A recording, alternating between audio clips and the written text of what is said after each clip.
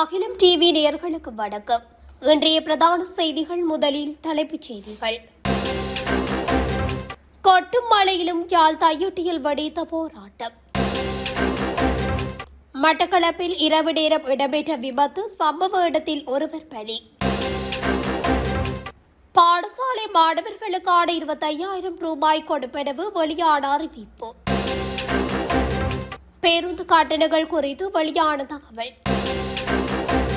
திருகோணமலையில் கடற்படையின் ரகசிய சித்திரவதை முகாம் அம்பலப்படுத்தியது சிஐடி. வடமாகாணத்தில் கனமழை, இரணிமடு குளத்தின் 6 வான்கதவுகள் திறப்பு. மீண்டும் வெடிப்பு, கீழிறங்கும் கொடுக்குழாய் அபாய வெளியேற்ற பாதை. இலங்கையில் அவசர கால நிலை நீடிப்பு, வர்த்தமானி அறிவித்தல் வெளியானது. இன்றிரவு வரை 7 மாவட்டங்களுக்கு விடுக்கப்பட்டுள்ள எச்சரிக்கை அறிவிப்பு. பிரதமர் ஹரணியா சஜித்துக்கு ஏற்பட்டுள்ள பெரும் சிக்கல். லண்டனில் உள்ள பாலர் பாடசாலை ஒன்றில் பாரிய தீ விபத்து. தொடர்பட விரிவான செய்திகள். யாழ்ப்பாணம் தையிட்டியில் அமைந்துள்ள சட்டவிரோத விகாரிக்கு எதிரான போராட்டம் இன்று காலை ஆரம்பமாகியிருந்தது. குறித்த விகாரிக்கு எதிராக ஒவ்வொரு பௌர்ணமி தினத்திற்கும் முந்தைய நாள் மாலையும், பௌர்ணமி தினத்தில் காலையில் இருந்து மாலை வரையும் போராட்டம் முன்னெடுக்கப்படுவது வழமை. அந்த வகையில் இன்று காலை கொட்டும் மழைக்கு மத்தியிலும் தையிட்டி விகாரை அமைந்துள்ள பகுதிக்கு அருகில் போராட்டம் ஆரம்பமாகியுள்ளது. இந்த போராட்டத்தில் காணி உரிமையாளர்கள், அரசியல் கட்சி உறுப்பினர்கள், பொதுமக்கள் என பலரும் கலந்து கொண்டுள்ள நிலையில் ஏராளமான காவல்துறையினரும் குவிக்கப்பட்டுள்ளனர். இதேவேளை ஜனாதிபதி அனுரகுமார் திசாநாயக்க தையிட்டி விகாரை தொடர்பில் உண்மைக்கு அப்பாற்பட்ட விடயங்களை யாழ்ப்பாணத்தில் வைத்து கூறியுள்ளதாக நாடாளுமன்ற உறுப்பினர் கஜேந்திரகுமார் பொன்னம்பலம் தெரிவித்துள்ளார். மட்டக்களப்பு கொழும்பு வீதியில் புனானை 126 மைல்கள் பகுதியில் நேற்று சனிக்கிழமை இரவு இடம்பெற்ற விபத்தில் ஒருவர் உயிரிழந்துள்ளதாக வாழைச்சேனை காவல்துறையினர் தெரிவித்தனர். ரிதித்தென்னையைச் சேர்ந்த சம்சுதீன் முகமது நவாஸ் என்பவரை ஸ்தலத்தில் உயிரிழந்துள்ளார். நேற்று இரவு 7 மணியளவில் பொலனறுவையில் இருந்து கல்முனை நோக்கி பயணித்த மகேந்திரா சிறையரக மீன் லோரியுடன் ஓட்டமாவடியில் இருந்து ரிதித்தென்னை நோக்கி பயணித்த மோட்டார் சைக்கிள் புனானை பகுதியில் நேருக்கு நேர் மோதி விபத்துக்குள்ளானதில் மோட்டார் சைக்கிளை செலுத்தி சென்றவர் சம்பவ இடத்தில் பரிதாபகரமாக உயிரிழந்தார்.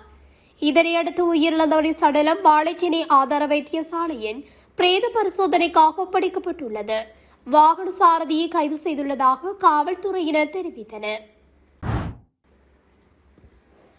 டெத்வா புயல் தாக்கத்தால் ஏற்பட்ட இடரினால் பாதிக்கப்பட்ட பாடசாலை மாணவர்களில் 72% மாணோருக்கு 25,000 ரூபாய் வழங்கப்பட்டுள்ளதாக தகவல் வெளியாகியுள்ளது.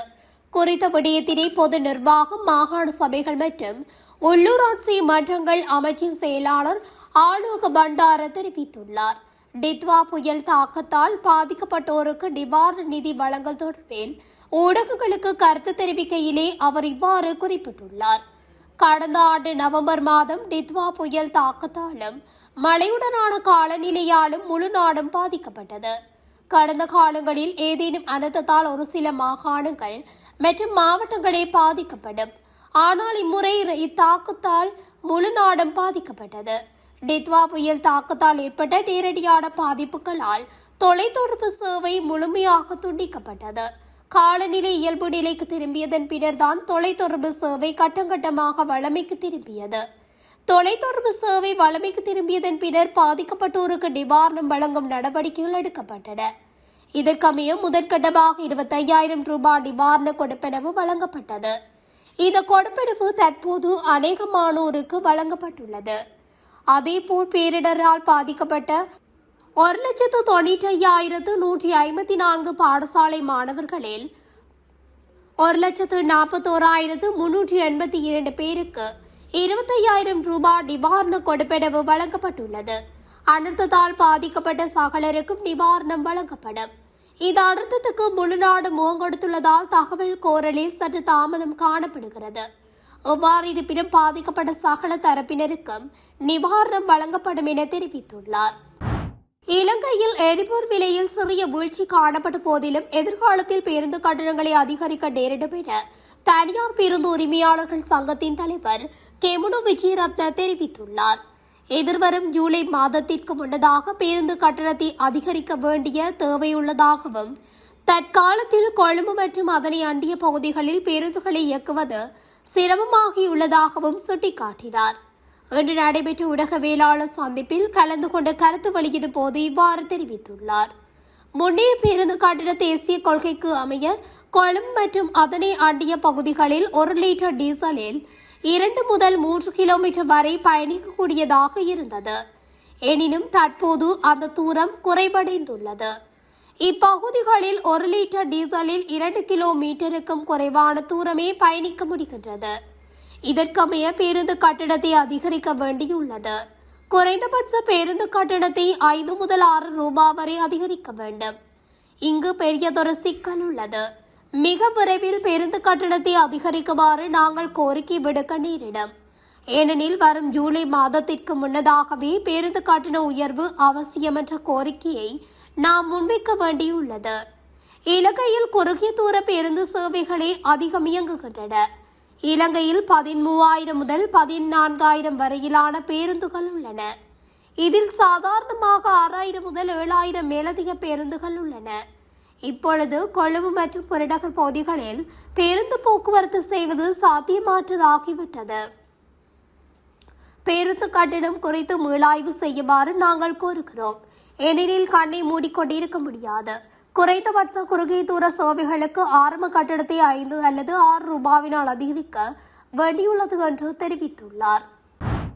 திருகோணமலை கடற்படை தலைமையகத்தில் நிலத்துக்கடியில் உள்ள கன்சைட் பகுதி கடற்படையினரால் கடத்தப்பட்டவர்களை தடுத்து வைக்கும் தளமாக பயன்படுத்தப்பட்டமை வெளிச்சத்துக்கு வந்துள்ளது. இது தொடர்பான விரிவான விசாரணை அறிக்கை குற்றப்புலனாய்வு பிரிவில் பல்ககவேல நீதிமன்றத்தில் சமர்ப்பிக்கப்பட்டுள்ளது. 2008ஆம் ஆண்டு ஸ்ரீலங்கா கடற்படையின் மிரட்டி படம் பறிக்கும் கும்பலால் கொழும்பு மற்றும் புறநகர் பகுதிகளைச் சேர்ந்த 11 பேர் கடத்தப்பட்டு கட்டாயமாக காணாமலாக்கப்பட்டது தொடர்பான வழக்கிலேயே இந்த அறிக்கை சமர்ப்பிக்கப்பட்டுள்ளது.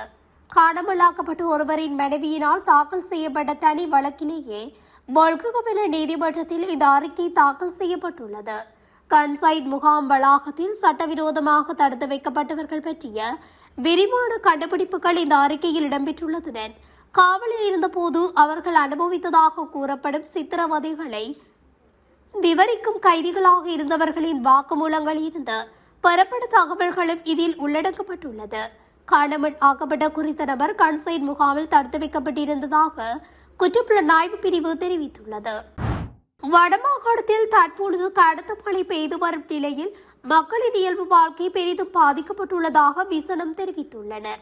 அதே சமயம் தற்பொழுது பெரும்போக அறுவடை நடைபெற்று வருகிறது. மழை காரணமாக அறுவடைக்கு தயாராக இருந்த நெற்கதிர்களும் வெள்ளத்தில் மூழ்கியுள்ளதாக தெரிவிக்கப்பட்டுள்ளது. மேலும் தொடர்ச்சியாக பெய்து வரும் மழையால் கிளிநொச்சி மாவட்டத்தின் இரணிமடு குளத்தின் நீர்வரத்து அதிகரிப்பு ஏற்பட்டுள்ளது. இதன் காரணமாக நீர்மட்டம் தற்பொழுது 36.6 அதிகரித்துள்ளது. இந்நிலையில் இரணைமடு குளத்தின் 8 வான்கதவுகளும் 1/2 இன்ச்சி மேலதிக நீர் திறந்துவிடப்பட்டுள்ளது. பல மில்லியன் ரூபாய் செலவில் அமைக்கப்பட்ட யாழ்ப்பாணம் வடமராட்சி கிழக்கு கொடுக்குழாய் இயக்கச்சி அபாய வெளியேற்ற பாதை வெடிப்பு விழுந்து கீழ் இறங்கியுள்ளதாக தெரிவிக்கப்பட்டுள்ளது. கொடுக்குழாய் அபாய வெளியேற்று பாதை ஆசிய வங்கி நிதியுதவியுடன் பல மில்லியன் கணக்கான நிதியில் கடந்த சில மாதமாக புனரமைப்பு செய்யப்பட்டு வருகிறது. குறித்த வீதி புனரமைப்பு பணிகள் முடிவு நிலையை எட்டிய நிலையில் புனரமைப்பு செய்யப்பட்ட வீதி வெடிப்பு விழத் தொடங்கியுள்ளதாக அப்போது மக்கள் தெரிவிக்கின்றனர். இதன்படி சில இடங்களில் அதிகமாக வெடிப்பு விழுந்து வீதி கீழிறங்கியுள்ளதாகவும் கூறப்படுகிறது. வடமராட்சி கிழக்கு மக்களினுடைய முக்கிய அபாய வெளியேற்ற பாதையாக காணப்படும் குறித்த வீதியை புனரமைப்பு செய்து தருமாறு பல வருடங்களாக மக்கள் கோரிக்கை விடுத்த நிலையில் கடந்த சில மாதங்களுக்கு முன்பு இந்த வீதி புனரமைப்பு பணிகள் முன்னெடுக்கப்பட்டன. ஆனாலும் வீதி பணிகள் முடிவரும் தருவாயில் போடப்பட்ட வீதி மீண்டும் வெடிப்பு விழுந்து கீழிறங்கி உள்ளது என்பதும் குறிப்பிடத்தக்கது. டிட்வா சூறாவளியின் பின்னர் நாட்டில் அமல்படுத்தப்பட்ட அவசரகால நிலை மேலும் நீட்டிக்கப்பட்டுள்ளது. இதன்படி கடந்த 28ஆம் தேதி முதல் நடைமுறையாகும் வகையில் ஜனாதிபதி அனுரகுமார திசாநாயக்கவினால் அவசரகால நிலை நீடிக்கப்பட்டு புதிய அதிவிசேட வர்த்தமானி வெளியிடப்பட்டிருந்தது.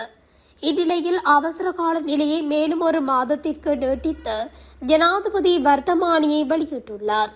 அதன்படி 2025 நவம்பர் 28 தேதியிட்ட வர்த்தமானியின் பல விதிமுறைகள் மற்றும் விதிகள் திருத்தப்பட்டுள்ளன.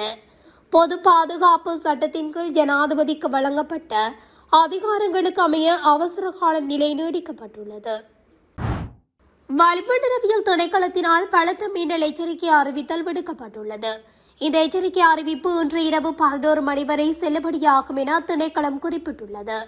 அதன்படி மேற்கு மற்றும் சப்ரகமுவ மாகாணங்களிலும் காலி மற்றும் மாத்தறை மாவட்டங்களிலும் உள்ள பொதுமக்கள் எச்சரிக்கையாக இருக்குமாறு வளிமண்டலவியல் திணைக்களம் அறிவுறுத்தியுள்ளது.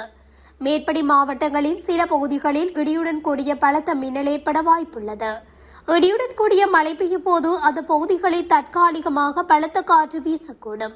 மின்னலால் ஏற்படும் ஆபத்துக்களை குறைப்பதற்கு தேவையான நடவடிக்கைகளை எடுக்குமாறு பொதுமக்களை கேட்டுக் கொள்கின்றது.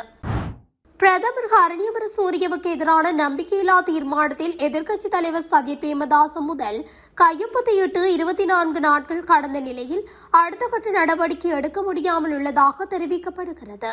நம்பிக்கையில்லா தீர்மானத்தை சபாநாயகரிடம் சமர்ப்பிக்க குறைந்தபட்சம் 20 எம்பிக்கள் கையெழுத்திட வேண்டும். இன்னும் குறைந்தபட்சம் 20 கையொப்பங்களை பெற முடியவில்லை. ஆனால் எதிர்க்கட்சித் தலைவர் சஜித் பிரேமதாச தான் தீர்மானத்தை முன்வைப்பதாக நாடாளுமன்றத்தில் சவால் விடுத்திருந்தார். தமிழ் தேசிய கூட்டமைப்பு நம்பிக்கையில்லா தீர்மானத்தில் கையெழுத்திடப் போவதில்லை என்று கூறியுள்ளது. ஐக்கிய மக்கள் சக்தியில் 40 எம்பிக்கள் உள்ளனர். அவர்களில் 20 பேரின் கையொப்பங்களை பெற முடியவில்லை என்பது குறிப்பிடத்தக்கது. எதிர்க்கட்சித் தலைவர் சஜித் பிரேமதாசவின் கட்சிக்குள் உள்ளக சிக்கல் பாரிய அளவில் தென்படுவதாக அரசியல் அவதானிகள் தெரிவிக்கின்றனர். லண்டனில் உள்ள பாலர் பாடசாலையொன்றில் நேற்று நள்ளிரவு தீ விபத்து ஏற்பட்டுள்ளது. லூயு சாமின் கேட்போர்டில் உள்ள ருஷே கிரீன் பாலர் பாடசாலையிலே இந்த தீ விபத்து சம்பவம் பதிவாகியுள்ளது. 3 மாடி கட்டிடத்தில் ஏற்பட்ட தீயை அணைக்க மீட்பணியாளர்கள் சம்பவ இடத்துக்கு விரைந்து வந்ததாக அதிகாரிகள் குறிப்பிட்டுள்ளனர். தீ விபத்தால் யாரும் பாதிக்கப்படவில்லை என்றும் சொத்துக்களின் சேதம் தொடர்பில் மதிப்பாய்வு செய்யப்பட்டு வருவதாகவும் அறிவிக்கப்பட்டுள்ளது. இத்துடன் அகிலம் டிவியின் இன்றைய பிரதான செய்திகள் நிறைவடைகின்றன. தொடர்ச்சியாக செய்திகளை அறிந்து கொள்ள அகிலம் டிவி ஊடகத்துடன் இணைந்திருங்கள். நன்றி, வணக்கம்.